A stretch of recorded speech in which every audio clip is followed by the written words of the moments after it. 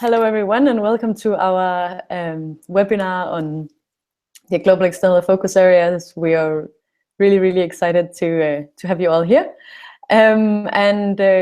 First of all, I'd like to introduce who's in the room. We have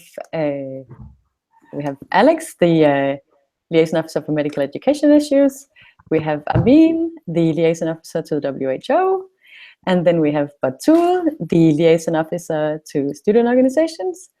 And then we have Carlos, the Liaison Officer for Sexual and Reproductive Health Issues, including HIV and AIDS.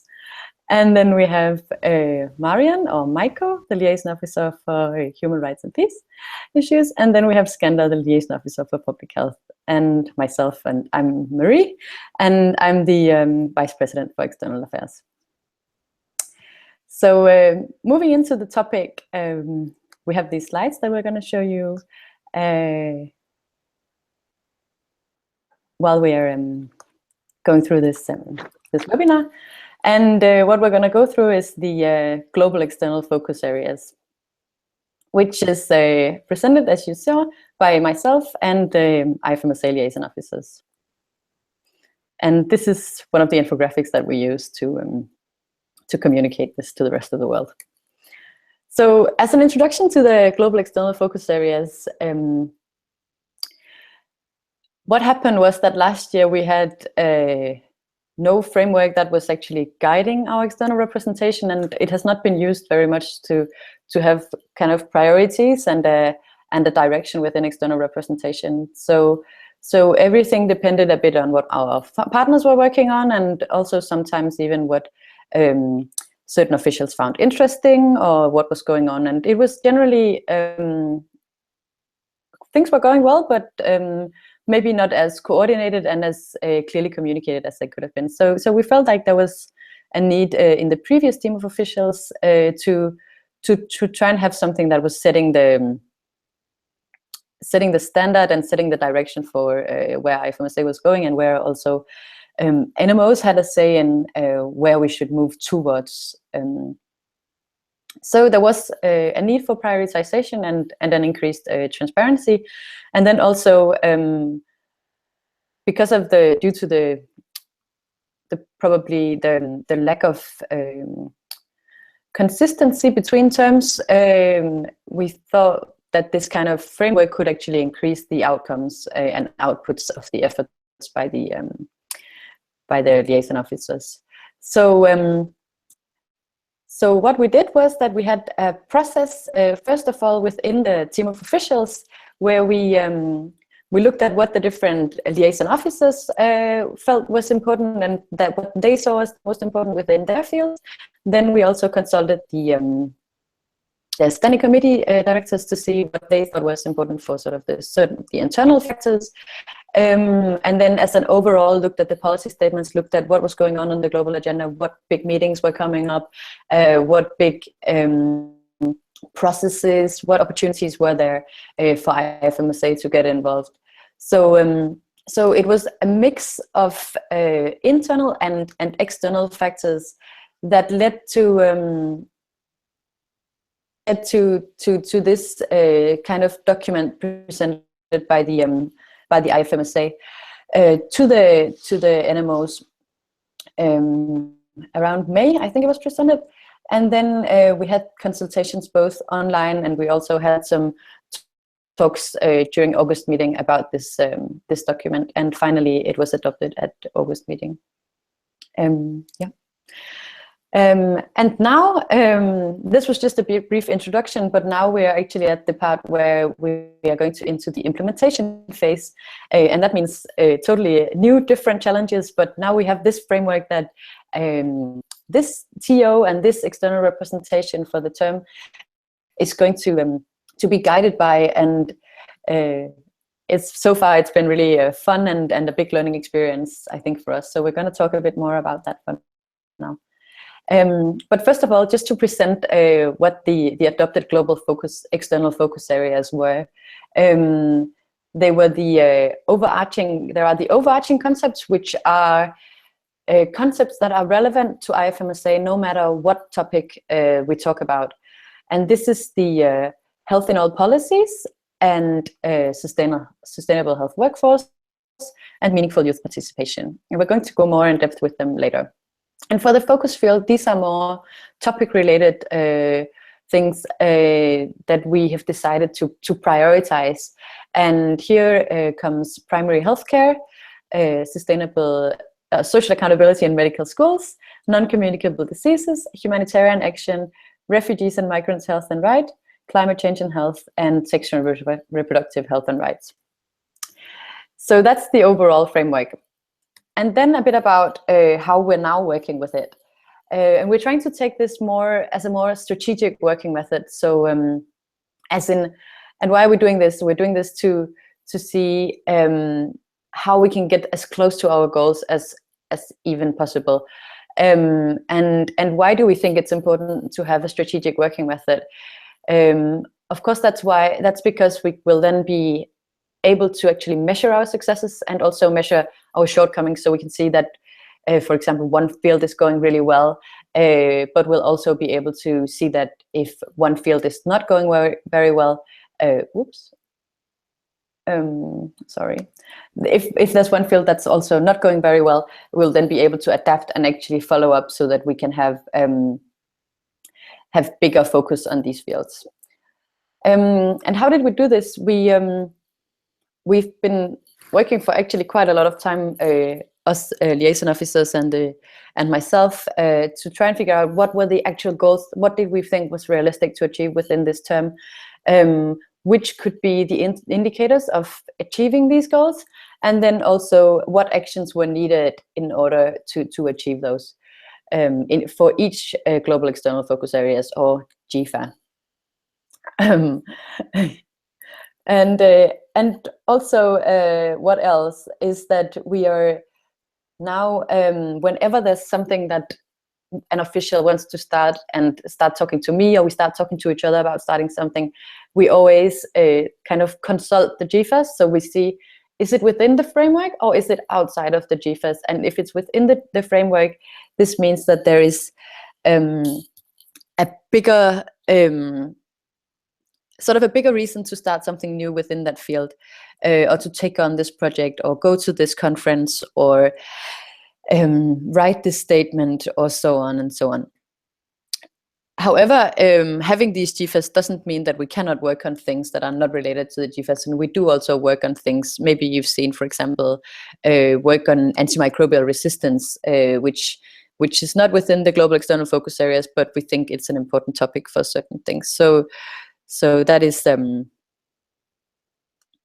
bit of a background about how we use these GEFAs as well in the day-to-day work, which was also one of the things that we wanted to achieve. Moving on, here you can see what we shared with you guys, the NMOs and the members, where you can see our set goals, our set indicators, and the actions. And just to take an example, I wanted to read this out, which the goal is to have a streamlined and a strategic approach to the external representation of IFMSA. And one of the indicators of success of this goal would be that all IFMSA delegations are aware of the global external focus areas, and that the IFMSA TO is actively using the focus areas and work to achieve the goals. We want to achieve this goal. We wanted to achieve it by creating a strategic goals and indicators and action points, and also that the global external focus areas were actually part of all preparations for IFMSA delegations going to external meetings and so on. So that is an example of how we're working, and much of this has already been done. Another example is that one of the overall goals is to aim to ensure continuity between terms. And therefore, one of our indicators of success will be that we have a recommendation for the next term's external representation developed by the TO of our term 2016 to 2017. And how do we aim to achieve this goal? Is through evaluating 3 times during the term, and to review and renew the stakeholder analysis that we currently have in April or May, and to assess external opportunities, internal development, and other, and then also to build built the new external strategy to be shared with NMOs and voted upon during August meeting 2017.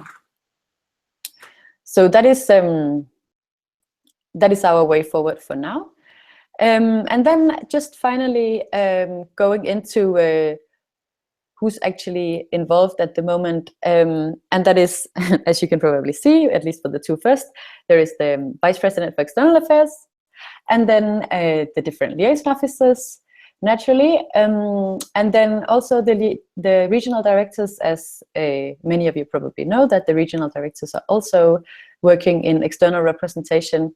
And then as well, the United Nations Task Force members, they are also involved in this work and also guided directly by this framework. And the program coordinators, we're also going to talk a bit more about that, but these have also been actively working within the framework, and we are also very focused on some program coordinators within certain global external focus areas where they fit. And lastly as well, the regional assistants, both the ones that are working mainly under the regional directors, but also some of the regional assistants that are working mainly under some standing committees. So for the moment, actually a lot of people with specific IFMSA positions are working on the global external focus areas. But what we'd like to do as well is that we'd like to figure out how we can get the NMOs involved and get you guys involved and have more local action, because as we're going to go through a bit later, we are really excited about involving you and seeing if we work together, if you find one of the global external focus areas interesting or relevant to your work, then, or your local setting, then if we do it both at the global level, at the national, or at the local level, then we really think that we can have an impact, and if we make sure that we have some of the same messages. So that is something that we really want to try to move on to and work more on from now on. That's definitely a goal, and we hope that we can inspire and as well as answer some of your questions during this webinar. So that was a brief introduction. We are very happy to take questions in the end, and we hope that many of you will ask questions and give us feedback on our work so far. Definitely, yeah, just bring them on, and then we'll try to address them as best as possible. But now we're going to go a bit more into each of the global external focus areas. So now you'll hear other voices than just mine. Yeah, so as you see, we're going to go into these first. And the first one is going to be Skander, who's going to talk about primary healthcare. Yes.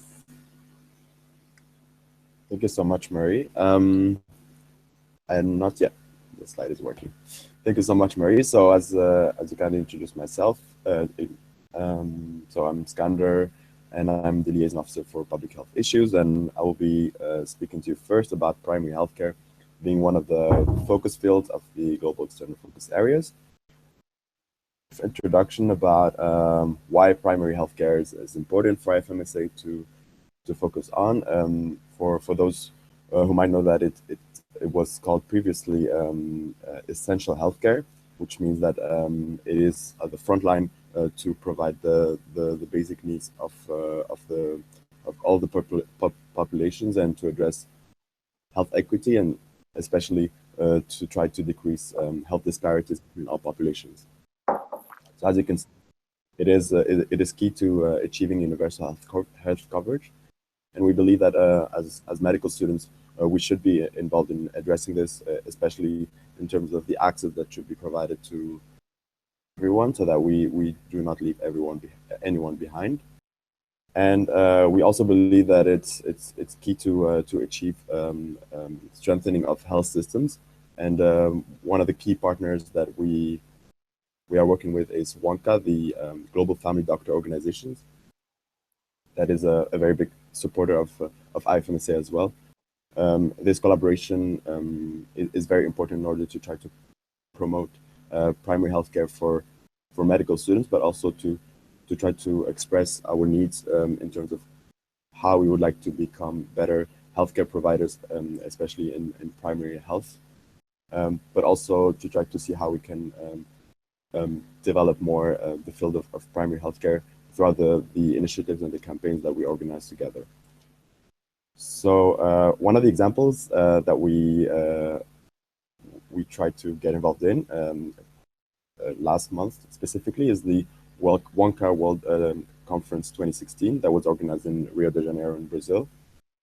And IFMSA was present to highlight the key activities that we do, but also to benefit from all the workshops and the conferences that were organized. It was a key meeting, especially to meet up with different partners and different working groups, so that we tried to take forward several initiatives in regards to primary healthcare and family medicine in general. And then the next year, we will also have other regional meetings of WONCA, and we'll be highlighting on our presence at the WONCA Rural Health 2017, noticing that rural health is also taking a big part of the work within primary care, and there's a on rural health that we are very much in contact with, and we're trying to build up collaboration, especially to support the development of a medical students network on rural health. And from our side, the different initiatives that we'll be taking part of are the updating the policy statement on rural health that is expiring in March 2017. We will also work on the development of a toolkit on rural health with the support of WONCA. And finally, we will be relaunching a survey on medical students' perspective on rural health that was started last year, and we're trying to take this forward, especially for the next conference. And if you are interested, that would be a good opportunity for you also to take part in it. So that's it for primary care, and yeah, I hope to respond to your questions afterwards. Thank you so much, Skander. And now we're going to move on to social accountability for medical schools with Alex. Good morning, everyone from Canada this morning here. My name is Alex. I'm a liaison officer for medical education issues. And a little bit about social accountability and why we chose to choose it as a global external focus area for this year. Basically, a social accountability is the idea that the medical training of a medical student should reflect the needs of his community, right? It sounds quite basic, and if you think about it, a lot of the work IFMSA does is to train our medical students around things that we think are important to them, whether SCOPE, all the committees. Social accountability in medical schools is the idea that the medical school curricula should reflect the needs of the communities they serve through relevance, by making sure that the important problems are tackled first, through quality, so high quality, evidence-based material that really takes into account all their social, cultural, and consumer expectations, as well as cost effectiveness and effectiveness. In the late 90s, the WHO came up with recommendations about why medical school should be accountable. But over the last years, there's really been a booming in the field of medical education on the importance of that, without, however, always including the medical students that much. So our goal with the global external focus area on social accountability is to really, there's three things. First of all, to make sure we have a voice. And one of the best ways to have this voice is through a World Summit that will happen this year. It's the World Summit on Social Accountability, which is happening in Tunisia in April, where all kind of many leaders from many different organizations, including the Network Towards Unity for Health, the World Federation of Medical Education, and other organizations will meet to try to set up a consultation process for all the stakeholders in the issue to meet. And IFMSA will also be going at that meeting to really try to show the student voice on social accountability and why it matters to us. So in the months before that, there will be a consultation process that we hope to work with as many NMOs as possible to really represent all regions and all medical and as many medical students as possible to the meeting. Then during the meeting, IFMSA will have an active participation role, and after the meeting, we'll work with the NMOs as well to disseminate the recommendations. On top of that, we're currently building a social accountability toolkit to really allow a medical student, wherever they would be in the world, to be able to evaluate their medical school through a grading system. So we have many different variables that have been defined that medical students can use to see how well their curriculum reflects the need of their community. And finally, we've partnered with a variety of external organizations like the network TUF, Towards Unity for Health, the NET, the Health Equity Network, WONCA, who's helping us review the toolkit, and many other organizations. And I really see this as being one of the big achievements for SCOME and the big responsibilities we have to make sure that our medical curriculum really reflect the needs of the communities we serve. That's all. Thank you so much, Alex. Now we're going to move on to Michael with Refugees and Migrants' Rights and Health. Thank you, Mari, for the word. I hope you can hear me. So my name is Marian Majko Sedlak. I'm the Liaison Officer for Human Rights and Peace Issues. I come from Slovakia, and during these 4 minutes, I would like to shortly introduce you this global external focus area. So just from the background, maybe you know that the Standing Committee on Human Rights and Peace Issues was created in 1983 under the name of Standing Committee on Refugees, which even shows that refugees were the focus field of IFMSA efforts in human rights and peace issues from the beginning. So that's why we are trying to also focus in our GEFAs on refugees and migrants' rights and health. Why is this so important? So maybe you know that during these days we have more than 65 million of forcibly displaced people all around the world, with more than 240 migrants all around the world, and more than 33,000 people are forcibly displaced each day. So each day. So that's why we are trying to fight for refugees and migrants' health and rights. So talking about this global external focus area, I would be able to somehow summarize it with 3 words: to advocate, to engage, and to expand. So why? So in this GEFA, we have 3 goals, and the first one is to advocate for refugees and migrants' health and rights and full access to healthcare without any discriminating factors. The second one is to engage in partnerships which are able to strengthen the capacity of IFMSA members when it comes to refugees and migrants' health and rights. And the third one is to expand our collaborations in the field of refugees and migrants' health and rights. So what has been done and what we are planning to do, and how can you be involved? So maybe you know, in September, there was a UN Summit for Refugees and Migrants, and IFMSA was present there. And we are currently waiting and working on the follow-up on this Summit for Refugees and Migrants. And there is a process, 2 years process, which will be leading up to UN Summit on Migration, which will be in 2018. And as IFMSA will try to engage in this as much as we are able to, because due to the nature of these processes around the UN, it is sometimes complicated to get engaged. Then we are also trying to promote regional activities in Europe. The regional focus area for this year is refugees and migrants' health and rights, and we have really nice and extensive collaboration with the European region when it comes to this field, and we are trying to engage in the processes on regional level and also on the country level. And also this also takes into account some grants, projects, and all the activities connected to this area. We are also trying to streamline this area through workshops during IFMSA events when we have some workshops in the human rights and peace areas. We are trying to invite externals for these workshops, and we are trying to also streamline the rights and health of refugees and migrants through workshops to raise awareness among medical students. Also taking part in some campaigns and activities around this field. And as you can see in the slide, there is UNRWA there, which stands for United Nations Reliefs and Works Agency for Palestinian Refugees, which is a specialized UN agency. And we are currently working on having internships there. We already had interns, and we'll try to continue with this also during this year and the next year to come. And we are also trying to find new partners in this field. I can outline, for example, maybe International Organization for Migration and their health division, and all other organizations who are working working in this field to strengthen our bonds, strengthen our advocacy, and to also enable medical students to take an active part and active involvement in these processes around this area.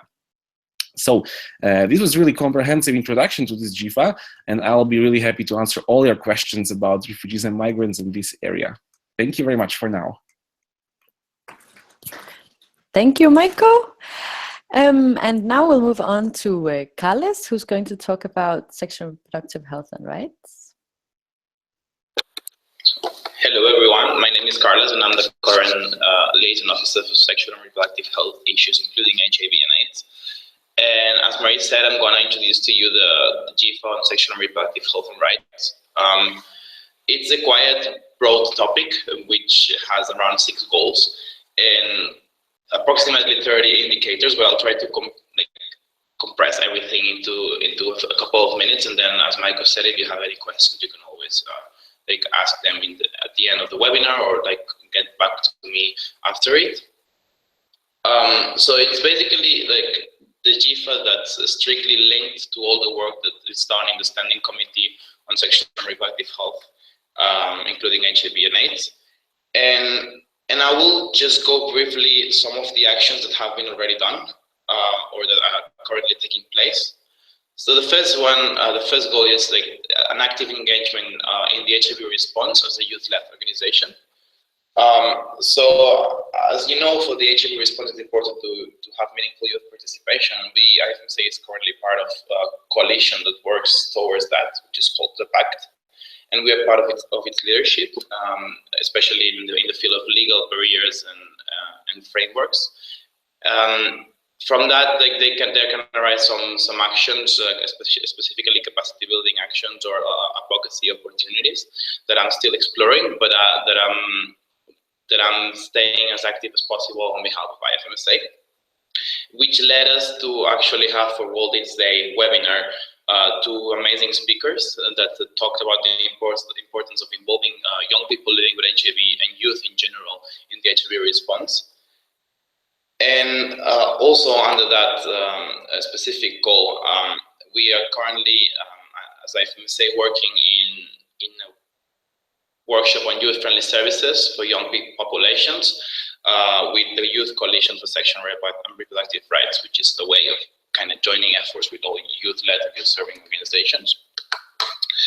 Moving on to the next one, as you know, we are also active advocates for universal access to safe abortion, which is reflected through our work with IPAS. IPAS is an organization that gives us the resources to actually carry out a training that trains around 60 people every year on the importance of access to safe abortion. Why is it a public health and a human rights threat? And we just signed the agreement, and we're gonna keep working with them. And they are gonna also be involved in the drafting of the re-proposal of the policy statement on access to safe abortion, which is gonna be re-proposed in March meeting. The next one on gender equity and SOGI. SOGI stands for diverse sexual orientation and gender identities. We've been exploring some opportunities to provide capacity building to the members on that, because we spotted that this was actually something that the members were asking to be more knowledgeable on. And we contacted the Women Leaders for Global Health Initiative, which is an organization that works on identifying identifying the gender disparities among global health. And we are currently working on a webinar that's hopefully going to be hosted in February, a bit before the March meeting, and then some sessions for the General Assembly. And on SOGI, we started a new collaboration with WPATH, which is the World Professional Association for Transgender Health, in hopes that we may get actually one of their representatives to come to the March meeting, and also manage to get a delegation or like a group of students, since they have a student initiative into their congresses.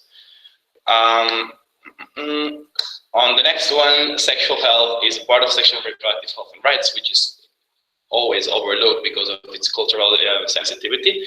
So we decided to get an approach on that topic specifically. So we started also working with the World Association for Sexual Health, and it led to really good results. They have a congress in May in Prague, and we got 23 spots and a symposium as well as a workshop there specifically for medical students and youth.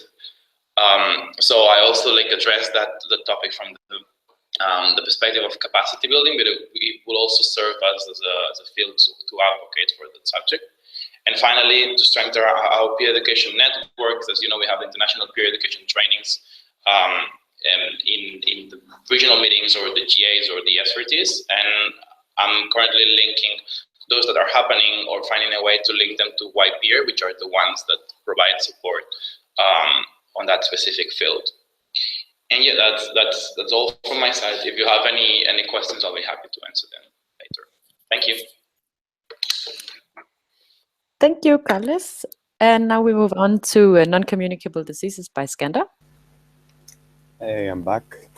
So this time for non-communicable diseases, I think it's quite obvious that non-communicable diseases are the main cause for premature death worldwide, which is still an alarming fact that we need to act upon it, and the sooner the better, with different action plans that have been drafted and a need for more multi-sectorial action and country implementation. So a bit of brief on the way non-communicable diseases are being approached is that there are four main diseases that are addressed, namely cancer, diabetes, cardiovascular diseases, and chronic respiratory diseases. And from the other side, we can find four main risk factors that we need to tackle, which are tobacco, alcohol abuse, physical activity, and diet. And on a more peripheral level, but still considered as key, I would say, factors to focus on, those are linked to social determinants of health and how much they are linked to the attributable non-communicable diseases as a global health issue. So in the need to tackle it, IFMSA believe that we need to be a youth-led organization in addressing NCDs, collaborating with different stakeholders at different levels. And this global external focus area has also specific issues or specific topics to tackle, namely tobacco control. As you might have seen, we were present at the Framework Convention on Tobacco Control in India, where we had a delegation that was present to follow the negotiations that were happening around the implementation of this framework that is the first WHO treaty that is legally binding towards member states to actually implement measures towards tobacco control. The other one is on mental health, which also has another action plan that is still linked to non-communicable diseases, noticing that we build a lot of capacity on mental health in the past years, and we need to sort of raise our voice more at the external level and also get support when it comes to our program and our workshops and the different activities that we organize towards this field. And finally, in regards to sugar policy, the aim is to still act upon the issue of the obesogenic environment that we live in, and all the different policies and measures that we need to tackle. And from an NCD perspective, it seems that the good platform that we need to take action on, whether it's by providing statements and collaborating with different partners on the topic. So as I've said, different actions have been taken, and there's still a need to do more, as you can see. So we've taken part in the FCTC COP7, even though it was the first time after a small absence from our part. So we still need to take this forward.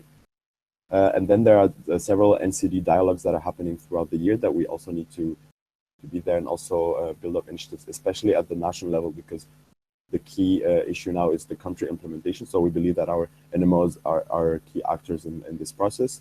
Lately, we had an IFMSA delegation at the NCD dialogue that was organized by WHO in Mauritius Island, and we had Magnifique, our regional director for Africa, giving a speech on behalf of IFMSA, which was very well received.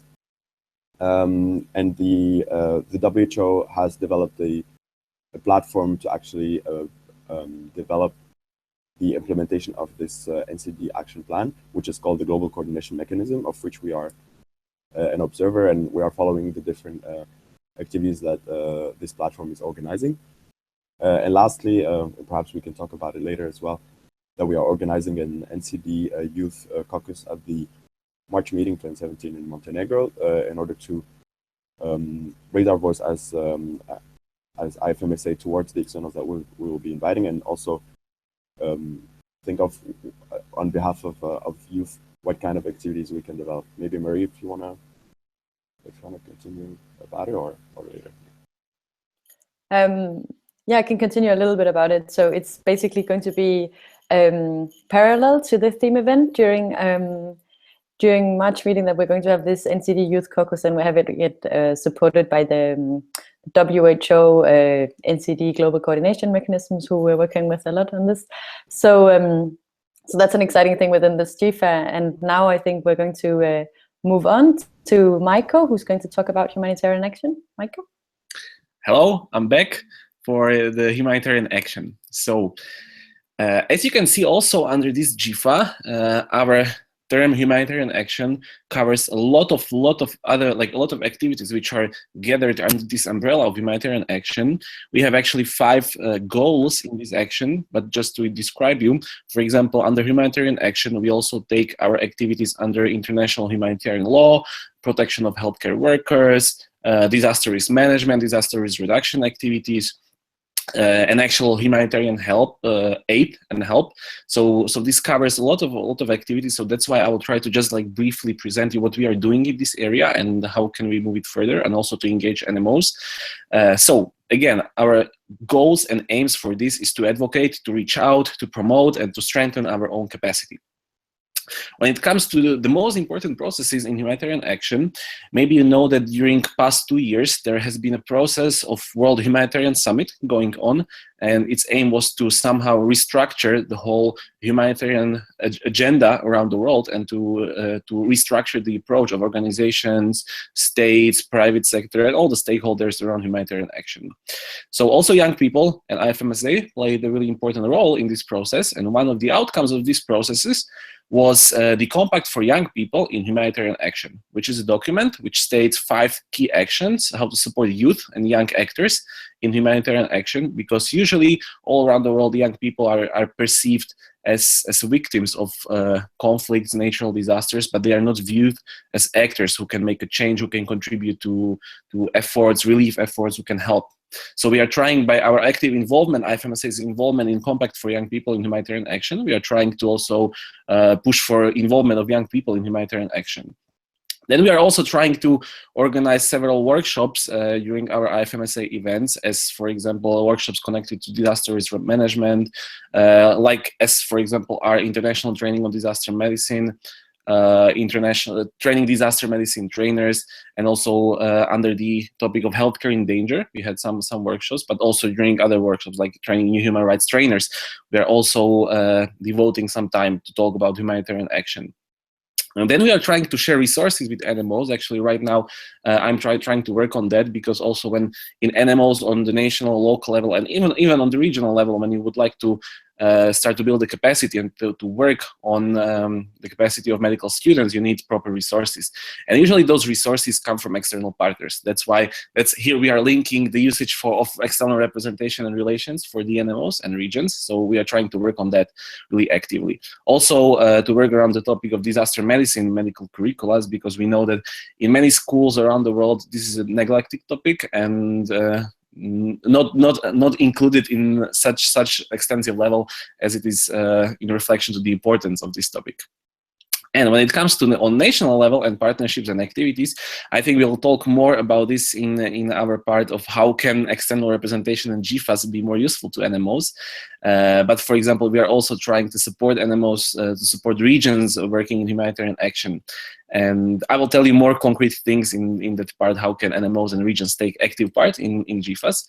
But also to mention one important thing, on the 1st of December, IFMSA has signed a Memorandum of Understanding, which is a document which kind of defines a relationship to an external organization. So we signed it with the International Committee of the Red Cross, which is one of the oldest organizations working in humanitarian sphere around the world.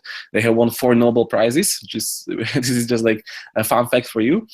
And we'll try to build on these partnerships. And maybe you have seen also the recent statement on the protection of health services, which was also done under this GEFA of humanitarian action, because we also feel that it's really important for IFMSA to take stands on this topic. So we'll try to continue and to work in this area and to make it more accessible for NMOs and for members, and generally to be more active. So thank you very much for now. This is the end about humanitarian action. So again, I'm really happy to answer all your questions related to this area, and also not to this area. I'm just happy to answer your questions. Okay, thank you, Michael. About questions, I just wanted to add that on the YouTube channel, the website that you're probably on, you can see on the side some of you are already talking on the chat. It's really cool. If you have questions that come up during this the webinar while we speak, you can just add them, and then we'll take them all in the end. But now you have the opportunity and know where to add your questions. So please add them there.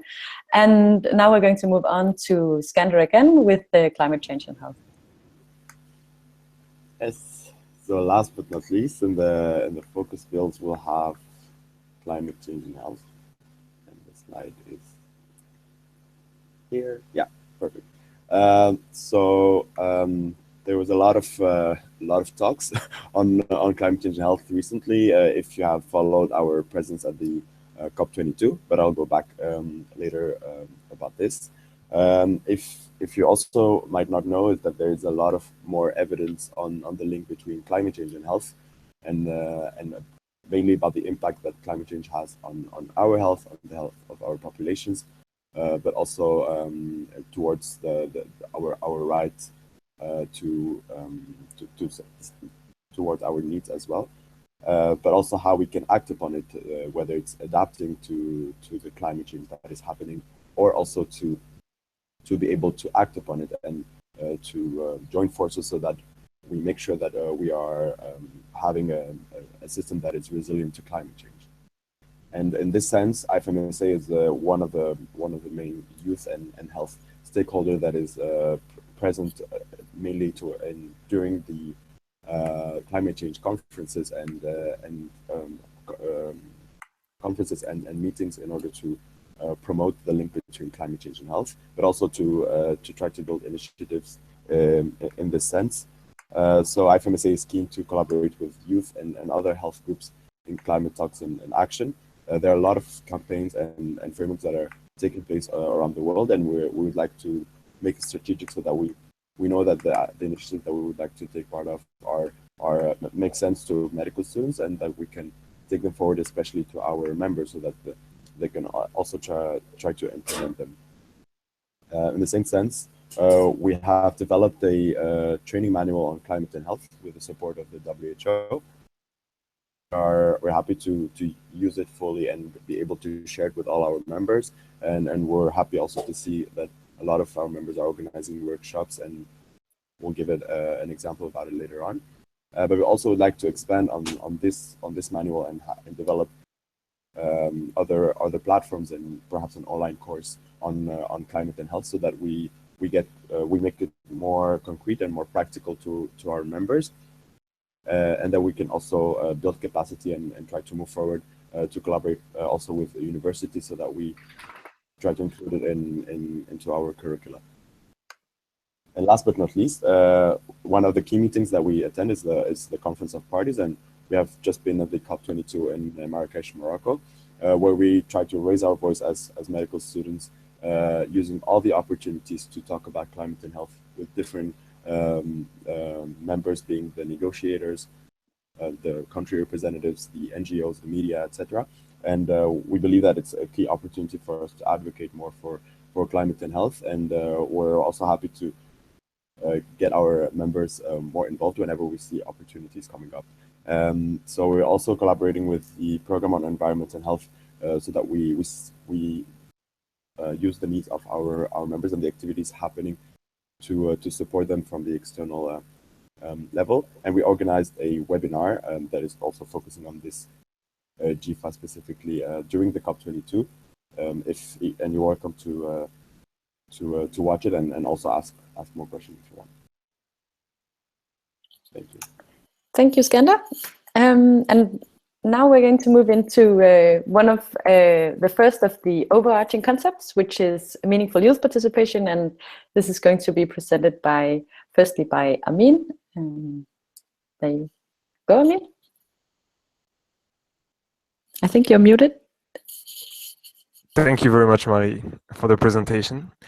So I'm Amin. I'm the Liaison Officer to the World Health Organization. And I'm working on something that is not actually an external focus area, but more of an overarching concept, which is meaningful youth participation. Because our partnership with WHO works on so many different topics, one thing we must make sure as a youth-led and youth-driven organization is that we make sure youth is involved in shaping the world of tomorrow, and that our stakeholders, may they be the WHO or any other stakeholders, recognizes and nurtures the strengths, interests, and abilities of young people, and gives us real opportunities to become involved in decisions that will, hopefully in the future, that will affect us. So we work mainly in having appropriate access to information and training, in addition of being involved at all levels of decision making. And some of the opportunities we provide in global health are sending delegations to participate in WHO governing body meetings, such as the Executive Board meeting that will be held in January in Geneva, or the World Health Assembly that will be held in May in Geneva.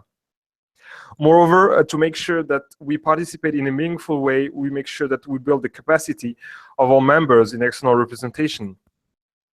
Biggest capacity building workshop we have in external representation in IFMSA is the Youth Pre-World Health Assembly workshop, which is held every year prior to the World Health Assembly. And this year we're going to hold the 5th edition of this workshop in the month of May, so in Geneva again. We work on supporting our NMOs and our members in organizing WHO simulations. This year we have many of them that are already either done or coming. I can tell you about the WHO simulation that will be held by the Taiwan Medical Student Association that's coming next year again.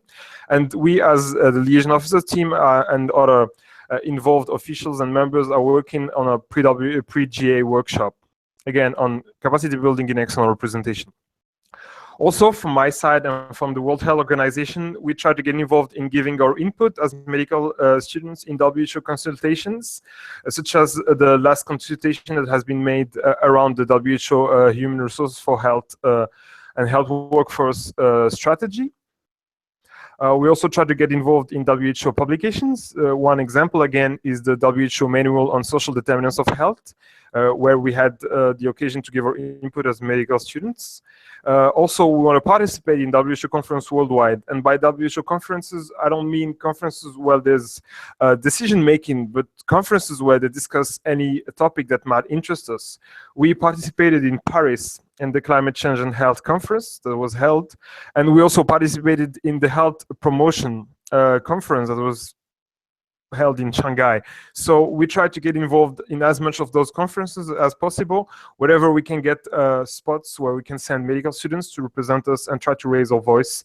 And finally, also talking about capacity building, one of our main focus is to facilitate internships at WHO headquarters and regions to try to see from an insider view how such a big organization works, and maybe if there's any way IFMSA can get involved in any ongoing project that is linked in some way to our external focus areas. So that's it for my part. Thank you, Amin. And now we're going to work on continue with the second liaison officer who also work on meaningful youth participation specifically, who is Batul. So hi guys, I'm Batul Wahdani. I'm IFMSA Liaison Officer to Student Organizations, and I am going to talk to you about meaningful youth participation in the world of student organizations. So basically this year we will be trying to focus on expanding our relations with other student organizations. We have been collaborating with a lot of student organizations, but they are all in the health field. And this year we want to promote and we want to expand our relations with other student organizations which are outside the health field. So we had the opportunity in the informal forum of international student organizations, which we attended in November, a few days ago, to meet a lot of student representatives from many different fields. And we're currently studying the possibility of collaborating with law students, psychology students, and more. And of course, we want to approach new regional student organizations if we find common possible fields of interest in order to collaborate with them. Maybe, for example, PhilSOSM in the Americas region. One of also the most important goals we're working on this year is also activating the World Health Student Alliance. This alliance is the biggest health student alliance which was formed in 2014. And not a lot has been done with it since then. This year we have been trying to take the lead in activating it, and we had a successful trial by releasing a press release on the International Students' Day on behalf of this alliance. And currently we're studying the possibility of choosing a theme for the entire year to work on it in order to make our work more outlined and more organized and to have a benefit from this alliance. It's a huge force and we want to use it this year. And also we have the World Health Students Symposium. This is an event in which a lot of partner organizations from the health field, 8 partner organizations send their delegates to in order to discuss and attend lectures which are related to health and global health. So last year it was hosted by IFMSA. Next year it will be hosted by pharmacy students, and we will be sending our delegates to it. It will be held in Rwanda. We have a contact person in the joint working group, and we're following up on the implementation of a contract which IFMSA created between the partner organizations and the host organizations to avoid some of the problems we had in the past. We're also taking part of the international coordination meeting of youth organizations. We recently joined the task force I and Maria, and we'll be working to expand our relations with some of the partner organizations in it and to expand the opportunities which IFMSA can benefit from it. In addition, we have been working on One Health with a lot of student organizations like veterinary and pharmacy students, and we worked on the antimicrobial resistance, and we're trying to activate more and more our relations. We also have in meaningful youth participation is to involve more our partners in IFMSA events and activities. And that's what we have been doing in One Health and the antimicrobial resistance. We want to share social media with our partners. We want to send invitations for them to attend our conferences and to have participants from them in our events. And of course, we want to ensure a good and equal opportunity and fair selection for our delegates and meetings. This is something we will be working on, which is a solid selection criteria for members, and also a delegation manual, so our members would know everything whenever they attend a meeting. This is a very nice GEFA because it's easily applicable on the local and the international level, and you can apply it simply by attending any event or by participating and having any partnership with any of your partners in which students and your members have a voice. So I'm looking forward for questions, and if you ever want to collaborate with any student organizations, feel free to contact me. Thank you so much, Batu. And the next overarching concept that we're going to go through is the health in all policies. And basically health in all policies is the approach whereby we realize that if we really want to fight for good health of the people, we will need to address health challenges and health and positive health outcomes within other sectors than just the healthcare sector. So this means financing, it means planning of cities, it means education, etc., etc. So basically, this is the GEFA where IFMSA is trying to focus on traditionally non-health related political processes, and then we fight to get health inside it or incorporated and create awareness about health within these processes. So it's quite related to the UN processes, which is why I'm speaking now. And during the last term, the UN task force, for example, was focusing quite a lot on the Habitat 3 process, leading up to it and following it closely, and then also attending the Habitat 3 and trying to advocate for more inclusion of health and more awareness of health when planning cities and focusing on housing and sustainable urban development. Also, this is the place where we focus a lot on the Sustainable Development Goals, and that's why the high-level political forum is mentioned. And here we will also focus on both SDG 3, the health goal, but also the link between the health goal and some of the other goals, and trying to see where health fits and how we can actually try to improve health through partnering and linking up the different SDGs. So this is especially also something that the UN Task Force will work on this year, is the SDGs. We're also going to be attending the ECOSOC Youth Forum, where we're going to, I will be moderating a session on the health goal, and it's going to be about youth, the role of youth within the SDGs. So this is the main part about health and all policies, but also Skander will talk a bit about the WHO Health and All Policies platform. Yeah, sure. So as you could see, health and all policies is a concept that was developed by health experts and health professionals. So WHO is a very big supporter and of the development and the monitoring of this concept. However, it still sounds as a bit abstract as a concept, so it will need more efforts in order to make it more practical and realistic for all the stakeholders to get involved and to actually understand how this will be implemented. This is why the Social Determinants of Health Department developed this platform on health and all policies with a manual that is meant to support the health professionals to understand and to actually be able to implement it at the local level with other stakeholders from different sectors. And they're also launching a consultation where, from a social determinants of health perspective, seeing how we can actually take part in this process. And we as IFMSA are keen to get involved in this consultation and in the platform. Also, just one more thing that I wanted to add is about climate change and health, which I think traditionally we didn't think about the linkages between climate change and health. And there is the UNFCCC, which is also a different body within the UN, but now we've actually advocated for it so much with other health stakeholders as well, that now it's becoming more and more part of the climate change agenda. So this is a good example of how health and all policies can become sort of a reality. And now we're going to go to the last global external focus area, the overarching concept, which is called Sustainable Health Workforce by Alex.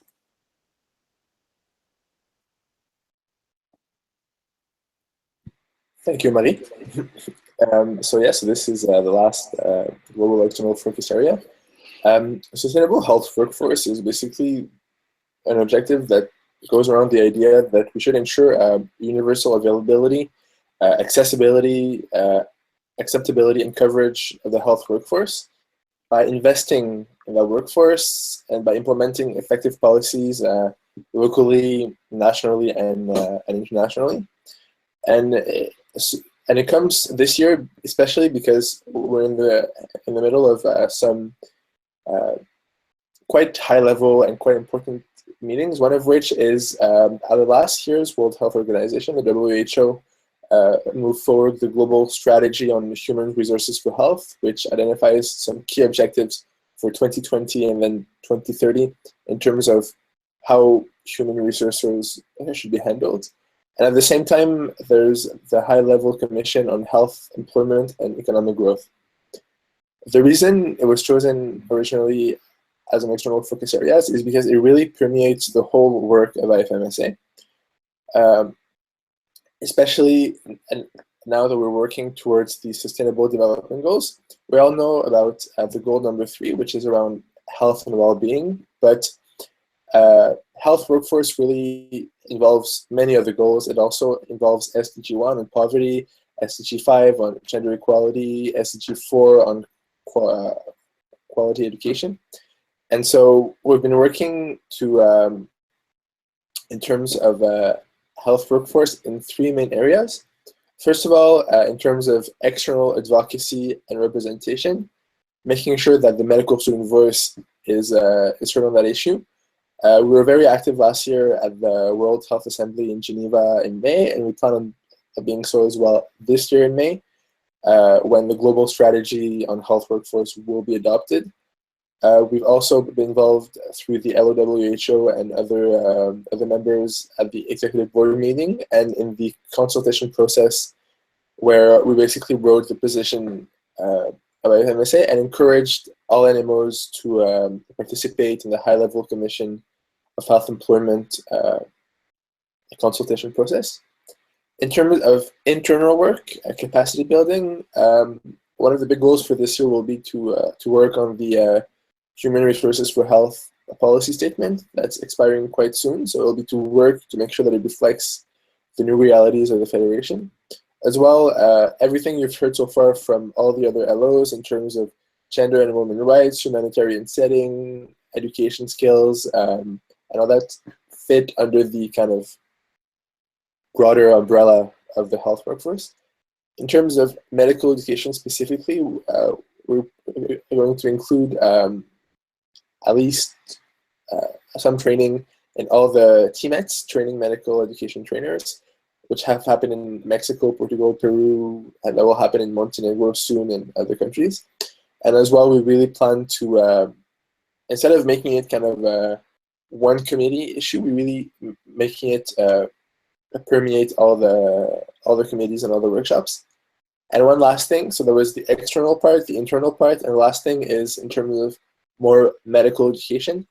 IFMSA collaborates very closely with the World Federation of Medical Education, with us being on their executive board and with other organizations as well. And it's really to make sure that through accreditation standards, through admissions planning, through curriculum development, we make sure that our training also reflects these objectives. And one last mention, maybe that we've been working with Amy for a Student Refugee Initiative, which is something we've been working with the LRP and SCORP and other organizations to try to help student refugees join the health workforce by continuing their training. So this is kind of health workforce and human resources for health in a nutshell. As was mentioned several times, please feel free to reach out if you have any questions or if you'd be interested in organizing any event. We're here to help. Thank you.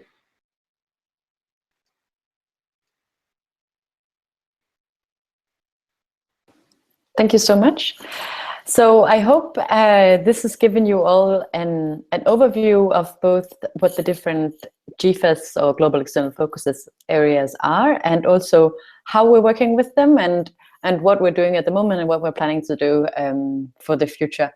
But for you as well, it might be interesting to know how can you actually follow what we're going to do from now on. And one of the things is that every month we send out an external update on the NMO server. So here you can follow it as well. And we also, when we go to external meetings, we blog on ifmsa.org, and you can follow it as well on Facebook and maybe a bit more closely on Twitter. There might be some more like live tweeting as well.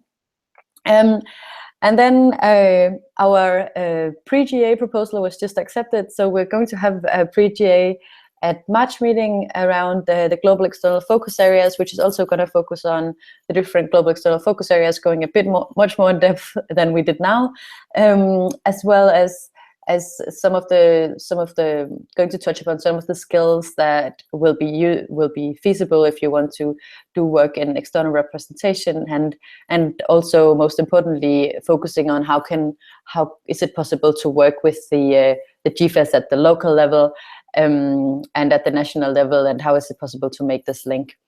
As well, we're going to talk a bit more about it, but we are creating a webinar series about the GEFAs, so that you can hear about each GEFA on its own, and the lovely liaison officers will be able to go a bit more in depth with this. Then I'd like to move on to how you can get involved, and first I'd like to give you the word to Michael. Hello. So yes, the question is, how do you get involved, NMOs, members on the national, local, regional level, like anywhere? So this topic is really broad, and there have been recommendations made by the liaison officers in different areas, and also by Marie, and also like all of us working around GEFAs, also regional directors, and like all of us which were mentioned at the beginning. So I think we will take rounds in this question, but I would like to start with a few points for myself. So when it comes to external meetings, which are one of the key activities we are doing in connection to GEFAs, we are attending external meetings. IFMSA members have opportunities to attend IFMSA delegations to external meetings. But also there is a possibility to provide input to those external meetings. Like, what do you want IFMSA delegation to do there? What do you want them to advocate for? Which externals do you want them to approach, to talk? And like all those things they can do around GEFAs and around your interests, NMO's interests and members' interests. So there is a form for the input to external meetings. However, we are aware of the fact that sometimes it may be not so clear, like what is the actual valuable input for IFMSA. So that's why we are doing a document which is which should be around some guidelines how to provide meaningful input to these external meetings. So you will be able to read it, and you will be able to go through your national, local strategies, and you will be able to realize what do you want us to do during those external meetings. As I already mentioned, there is an opportunity and the possibility for IFMSA members to join IFMSA delegation to external meetings. Usually those calls are sent through standing committee servers, IFMSA general server. They are also promoted through IFMSA Facebook and in standing committee Facebook groups. So you usually have like many chances to attend those delegations. And also from many of those meetings, there are follow-up processes and follow-up activities which you can join on the local level, on the national level, or international level. So you need to also pay attention to those emails which are sent in connection to those follow-up processes. When it comes to follow-up on the international advocacy activities and how you can use them on the national and local level, we are also preparing a document which will explain more about those possibilities. But there are many options how to, for example, share IFMSA stances, share IFMSA calls with your governments, with your with stakeholders on the national level, on the local level, how to share things, how to promote things, and how to also join IFMSA in the advocacy and somehow spread this advocacy to national and local levels. Because as Mari said in the beginning of this webinar, we are acting on the international level, but when we want to be effective and when we want to really achieve change, we need to go from the international level to national levels to local levels, because this is the place where the actual change takes a place. So that's why we are also working on that, and we will try to prepare a resource for you how to do it, how to effectively move this international level to national and local areas. Also, when it comes to NMOs or national member organizations or local committees, when you are trying to organize some event and you would like to have some externals joining you, for example, for trainings, for some lectures, for anything you want, you can always contact the relevant liaison officer or Marie or any like relevant officer from the standing committee, and we'll try to help you, and we'll try to offer you some options how you can include externals into your activities. I want to just mention one clear example from my area. IFMSA Quebec is organizing sub-regional training in February, and we have been really successful in contacting the International Committee of the Red Cross and their initiative named Healthcare in Danger, and we achieved their full endorsement for this training. So actually we have an event which is organized by national member organization, and they have support from IFMSA's international partner, and they have provided them with resources, with permission to use their logos, materials. So that's why this is only one option. How can those partnerships on the international level and IFMSA activities, how can they be useful for national member organizations? Also, just the last point which I want to mention is our IFMSA policy statements, and we are usually talking a lot about IFMSA policy statements, but right now, from Standing Committee on Human Rights and Peace and from Standing Committee on Sexual and Reproductive Health, including HIV and AIDS, we have started the initiative to update our older policy statements. There have been calls sent out to servers for IFMSA members to take part in these processes, to share their opinion and to get actively involved in forming of IFMSA stances on those important issues. So this is also one possibility how to get involved and how to provide direct input to IFMSA external work.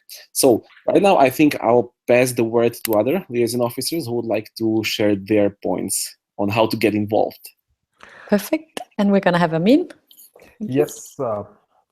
So I'm just came to explain a little example of how we can get involved. I put in the slide Medicine Sudan, but I can also give the example of my own NMO, IFMSA Morocco, about how both NMOs worked with the WHO country office. So Medicine Sudan worked in collaboration with WHO country office to organize pre-NGA workshops on SCORA teams, and IFMSA Morocco has been working with our WHO country office for 2 years now, inviting the WHO representative to our events and keeping in touch, sending them updates. This way, when we create a meaningful working relationship with the NMO and the WHO office, we get invited for events, and we kind of get the workflow going and get hopefully some partnerships at the local level or national level. So this is just to give a few examples about, actually it's not only about the global or regional level, but you can also work at the national level with some concrete examples from a few of our NMOs.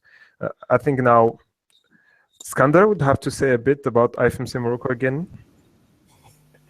Again, IFMSA Morocco. Yeah, it's an example also on how to get involved in several key meetings that are happening worldwide, especially decision-making meetings or meetings that are focusing on specific issues. In this case, it's about climate change, and since we have been trying to get IFMSA Morocco involved in line with the preparation for the COP22 and the COP12.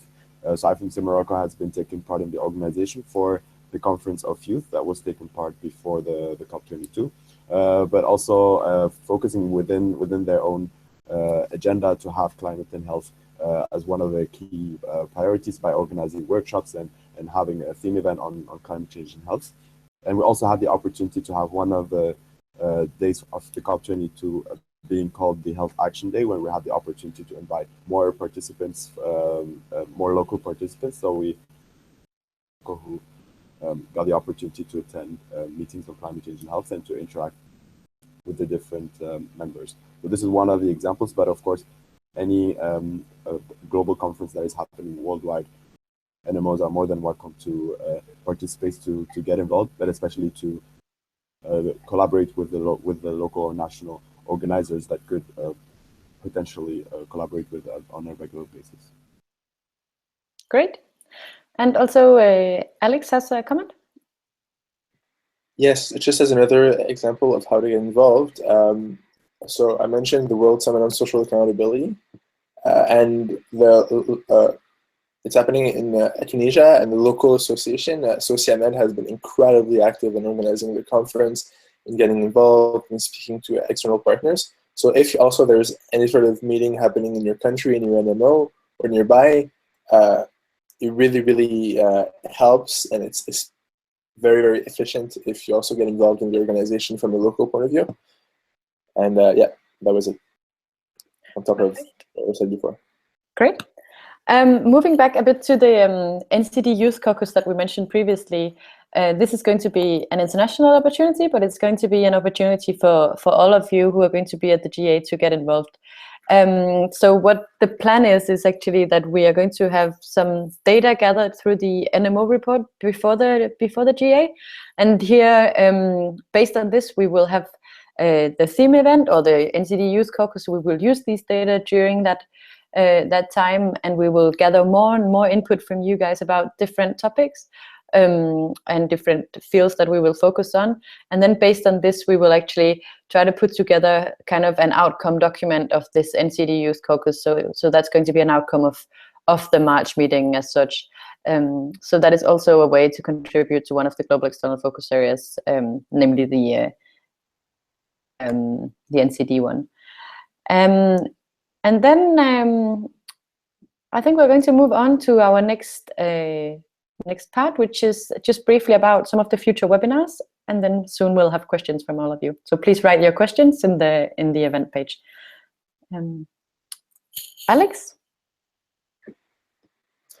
Thank you, Marie. So one of the reasons we're doing this webinar is because this year it's kind of one of our priorities as LOs and as the external representation team to make sure that NMOs are aware and interested and understand really what we're doing externally for the GEFAs. And so we decided as a team that we'll be holding webinars on a regular basis, around one a month, and every webinar will focus on one focus area. Because today we've given kind of a 45-minute summary of them, but there's hours and hours of discussions to be had. So if you have any interest on a specific one of them, or if you're involved in one of them, or if you'd like to learn more about one of them, or if you're interested, we'll have one webinar specifically on each one. And usually we try to coordinate them so that they are timed before an important event. For example, for the World Summit on Social Accountability, which is in April, the webinar will be a month and a half before to allow people to kind of get ready for it. And yeah, so please, if you please, we hope you'll be joining us. And I'll let Amin go through a quick overview of the schedule for the webinars for the next few months. Yes, so the proposed webinars to be given around the global external focused areas. So we are right now having the introduction to the topic, which is the first webinars we thought to have. We also had a webinar about climate change and health at COP22 that you can watch again on the YouTube page, I believe. Then the upcoming topics will have webinars about policy document processes. We will have a webinar about non-communicable diseases, humanitarian action, students' organization, social accountability, primary healthcare, sexual reproductive health and rights, the World Health Organization, and finally, refugees and migrants' rights and health. So each one of those webinars will be given by a responsible liaison officer, and the dates will be announced shortly. Thank you, guys. Lovely. And now, finally, we've come to one of the most important parts, which is questions from the floor. And yeah, I think you can all just type away. I think there's a small delay in when we're actually talking and when you guys are viewing it. So we'll try to drag out the time a little bit for now, and then you can ask a few questions, and then we'll wait for the rest of you. Or for the rest of the questions. But first of all, there is a question about whether there is from Chioma Amugu, whether there is an existing database of reports and recommendations made by delegations of previous external meetings, so that it could be used locally by the NMOs. And there is, as such, not to my knowledge, a kind of a database, but we always have every time we go to a meeting, the liaison officer has to, or the person responsible for the delegation has to report to IFMSA, which means that we have the external meeting reports from where that we can see what different recommendations there are. Some things are shared with the NMOs and some things are more internal because they can be kind of, how do I say this, kind of sensitive towards our partners and so on. But if there are specific things that you'd like to know or specific recommendations you'd like to have about certain processes or certain fields, please let us know and approach us, and then we'll try to figure it out.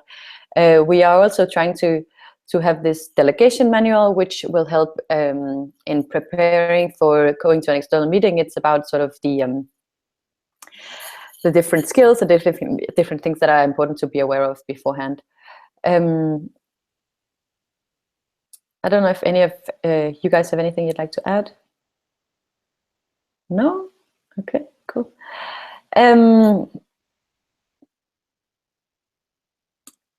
Then there is the next question, which is also by Chioma.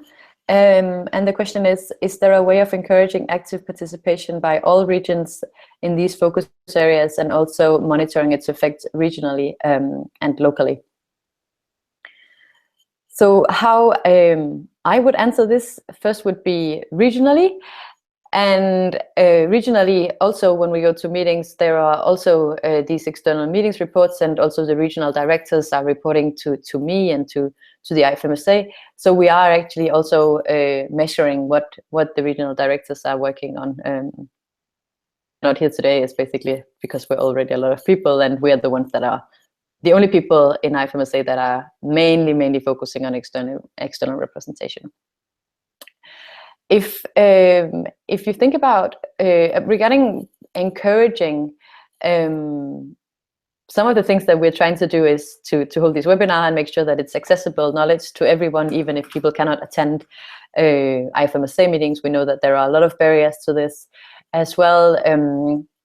Some of the regions have started focusing more and more on external representation, especially Europe and especially also Americas. But I know that there's interest in all of the regions, and this is something where which I also think builds momentum to more focus on it as well. There will be 2 different pre-GAs at March meeting that is focusing on external representation seen in kind of 2 different ways.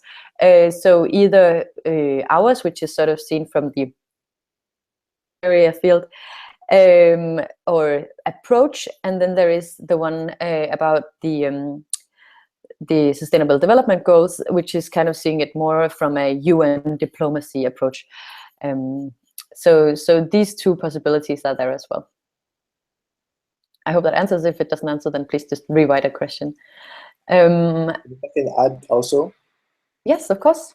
Really quickly, in terms of how to make sure that these regionally really kind of reach our regions, a lot of the external focus areas also involve attending meetings or delegations, and there's always a really big effort that's made in each delegation to ensure as much regional diversity in all the regions, so that then after the meeting or after the regroupment, then people can go in their region, and then during regional meetings, during pre-GAs, during pre-RMs, they can kind of work with their region to advocate it. So we also make sure that every delegation has as much regional representation as possible.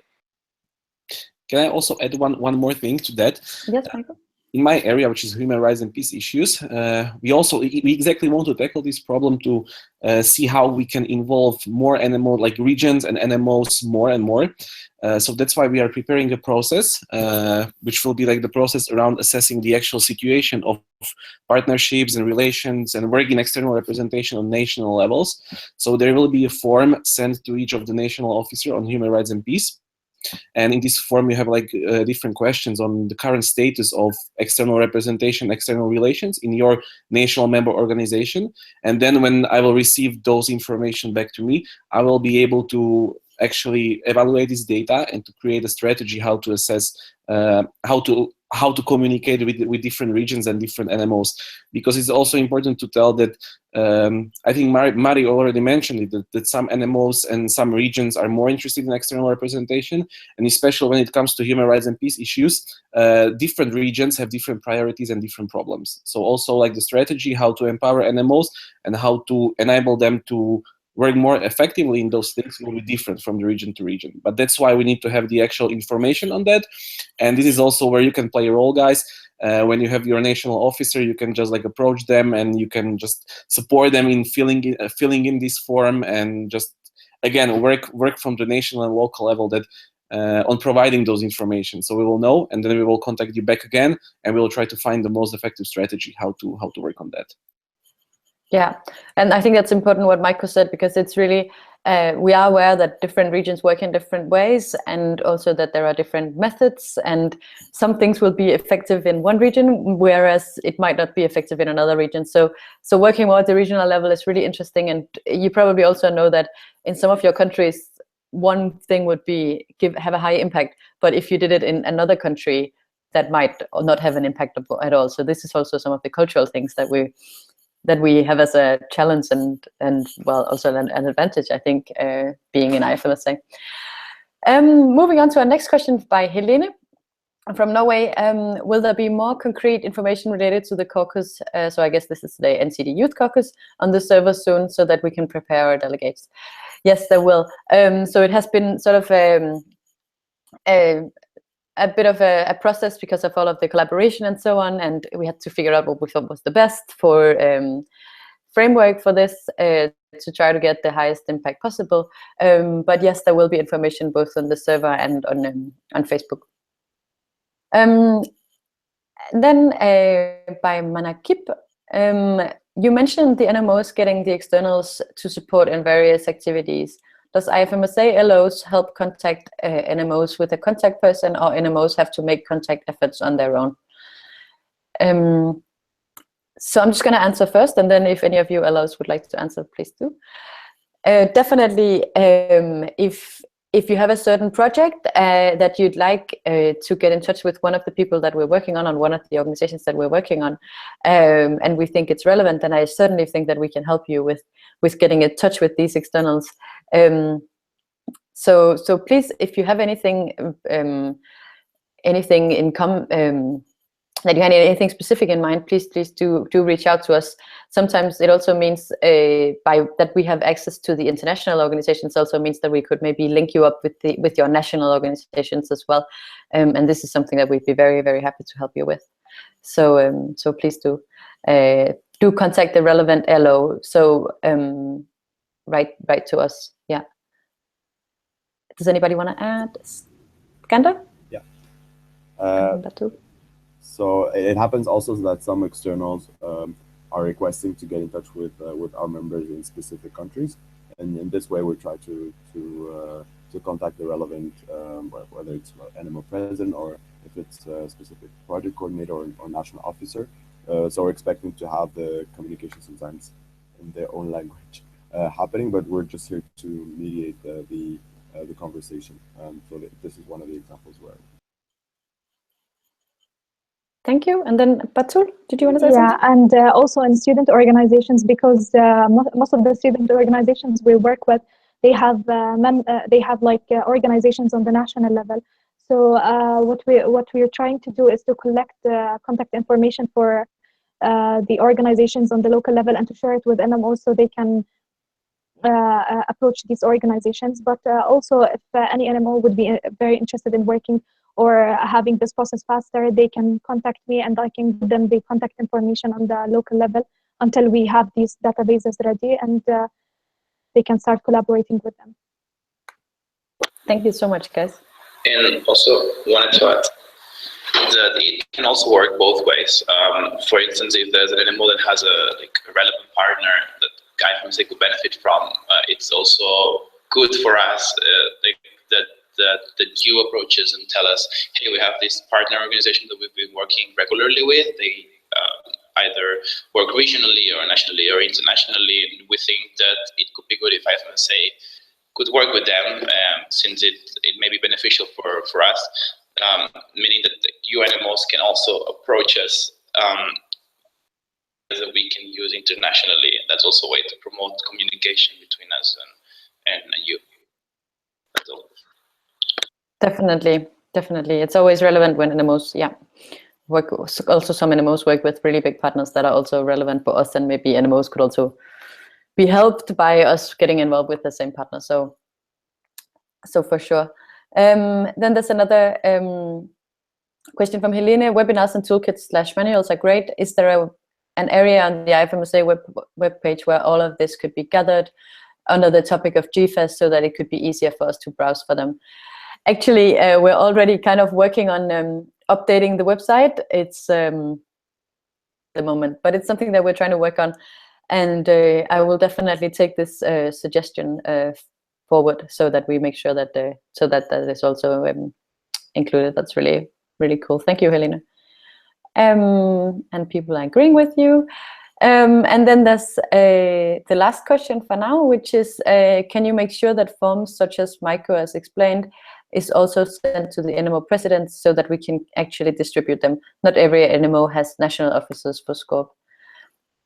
Okay, this is really important info. And also for us, we're trying to, with me and Monica, the vice president for members, we actually, and the executive board in general, we're trying to figure out what is relevant to share with NMOs and what is not relevant. We're trying to moderate the NMO server a little bit more and figure out you need how much information is relevant for you to get, and we also don't want to spam you, but we want to provide you with the information that you need.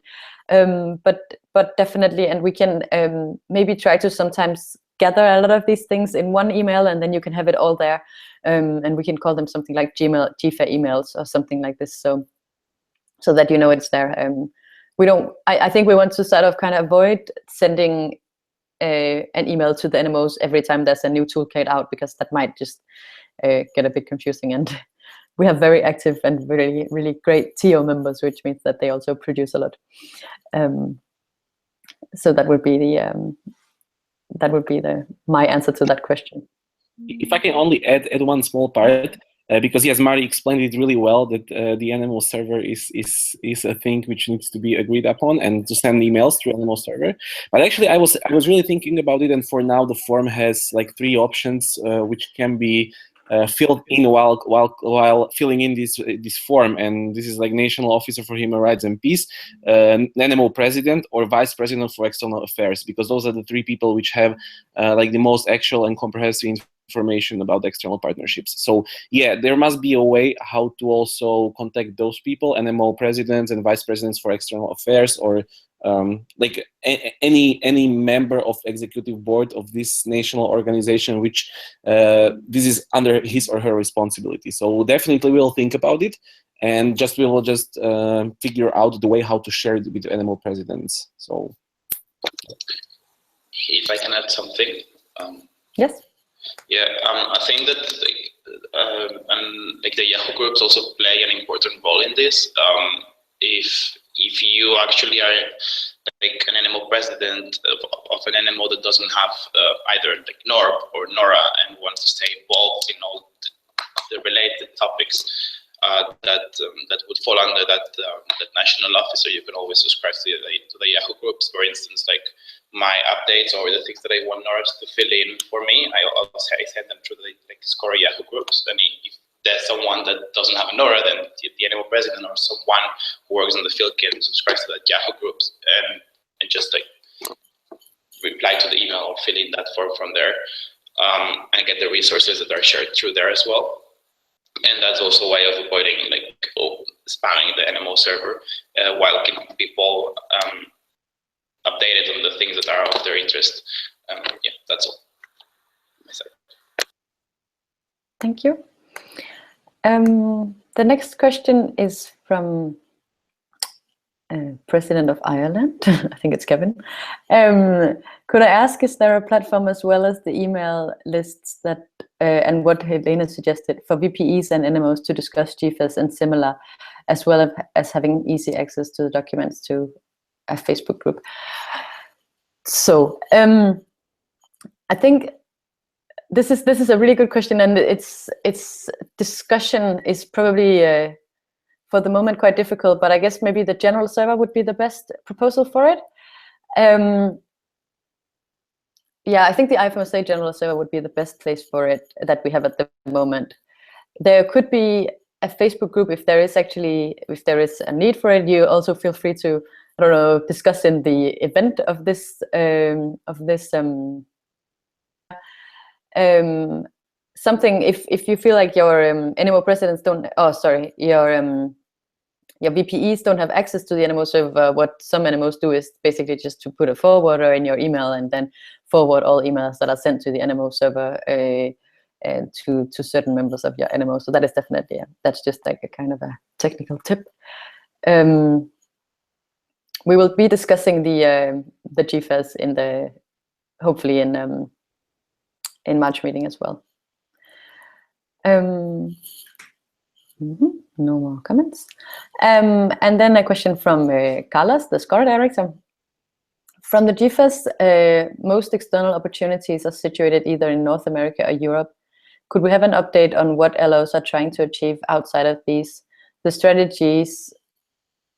strategy is to rely on the NMO's contacts. Question mark. Okay, whether the strategy is to rely on the NMO's contacts. I think I'd like to give the word to one of you LOs, because I know some of you are working at the regional level already. So yep. I don't know if maybe you'd like to speak. Michael, yeah? Maybe I can start. It's true that some of those cooperations are really based more or focused on Europe and Americas. I think some explanation can be that, for example, in my field, refugees and migrants' health and rights was selected as the regional priority for the next term. So I also like the work of the region is kind of like directed this way. So, but this is also beneficial for me and for the region. So we have this cooperation outlined.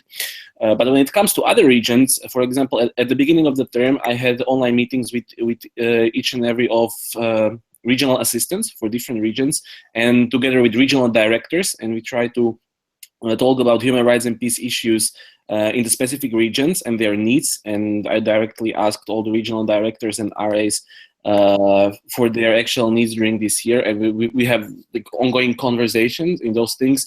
We are also trying to find possibilities for the regional involvement in regional levels, and to also, when there is some external events or processes which are related for the regions, we are trying to streamline it and try to have people attend and be involved. Of course, it also, in my field, it also depends on the actual activity of the people who are responsible for the region, and also the activity of national officers and people interested in the external representation. Because the thing is that even there is a process or anything in which the region can be involved or engaged, but if there are not people in the region who are able or who want to be engaged, then it's impossible to facilitate it. But also, I mentioned that process to assess the actual status of the partnerships on the national level. When we will have data from this process, then we'll be able, at least like I will be able, to more effectively tailor the strategies and exact strategies based on NMO's needs. Because as we mentioned many times, different regions have different priorities and different problems, and different strategies will be needed to effectively tackle those problems. So at least like this is the plan, and we really want to start to be active from the December and now going on, because the form will be released in few weeks, few days, I would say even. So then I will be able to update you more on this. But definitely we would like to work more regionally focused and more animal focused. Yeah, so I just wanted to add as well to that, what Michael said is that the regional directors play a big role in this. Yeah, we are currently collaborating with them, and we see like a great interest in the within the regions and with the regional directors to work on this as well. So definitely it's something that we try to work on. However, we do face the, I don't know, I want to kind of say reality that a lot of the offices of the organizations that we work with are based in Europe or in North America. So if you look at the UN headquarters is in New York in the US, and the WHO headquarters is in Geneva in Switzerland. And that does mean that a lot of organizations are based around there, and we do go to a lot of meetings, unfortunately, in these places. However, we're really aware of it, and we're trying to improve sort of and broaden the area that we're actually working on external representation in. Maybe one thing to add is also that one initiative which is like not planned, but we are trying to have at least one liaison officer for each of the regional meetings, and we will also try to streamline GEFAs and external representation through regional meetings. Not only speaking during the president session, because this is also our plan that, for example, I know that in Americas and also in Africa and also in EMR, we are planning to do a short session on GEFAs and external representation during the president session. But I guess we will try to also promote external representation and GEFAs for national officers during standing committee sessions, and generally throughout the course of the regional meetings, because this is exactly the platform where people from the region meet and they discuss the special problems and specific issues they have in the region. So we'll be able also to more effectively understand their needs, and then also work based on those needs and things which will be done during the regional meeting. So this is again one of the possibilities how we can work on this. Yeah, thank you so much for adding that, Michael. And yeah, Alex, just I think if we can have brief comments now. Yeah. Yeah, 30 seconds. Just adding on what Michael said, also keeping in mind that this is the first year that we're introducing the GEFAs, so kind of the structure under which they're going to work is still in progress. But by having at least one LO to every regional meeting, speaking with the president, speaking with the NMOs, like Michael said, we'll make sure to really get the feedback from everyone and then improve it this year and making sure that we are as representative as possible. Yeah. Does anybody else want to add examples of regional representation? No? No? Okay. Cool. Oh, okay, Batul and then Skanda.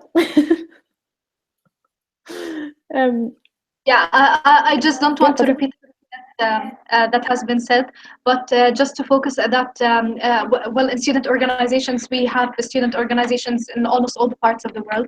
And basically, my work is done through regional directors, like if there are regional student organizations in the region.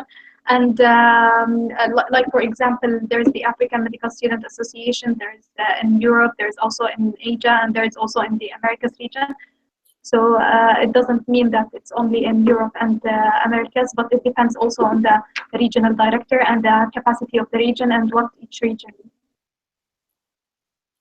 Thank you. And Skanda? Okay, I'll try to speak because my nephew is next to me. I hope he won't speak. Yeah, just to echo what Batul just said, we also have a lot of meetings that happened outside of Europe and North America. So just to mention a few, there was the WONCA World meeting in Rio, the climate change COP in Marrakesh in Morocco. That was also called the African COP. So there was a sort of momentum to focus on how we can support the African region to adapt to climate change. And the other one is the tobacco COP where we also had our regional director present, so that there was a big support also to the region and also to give the regional perspective. And this is my nephew.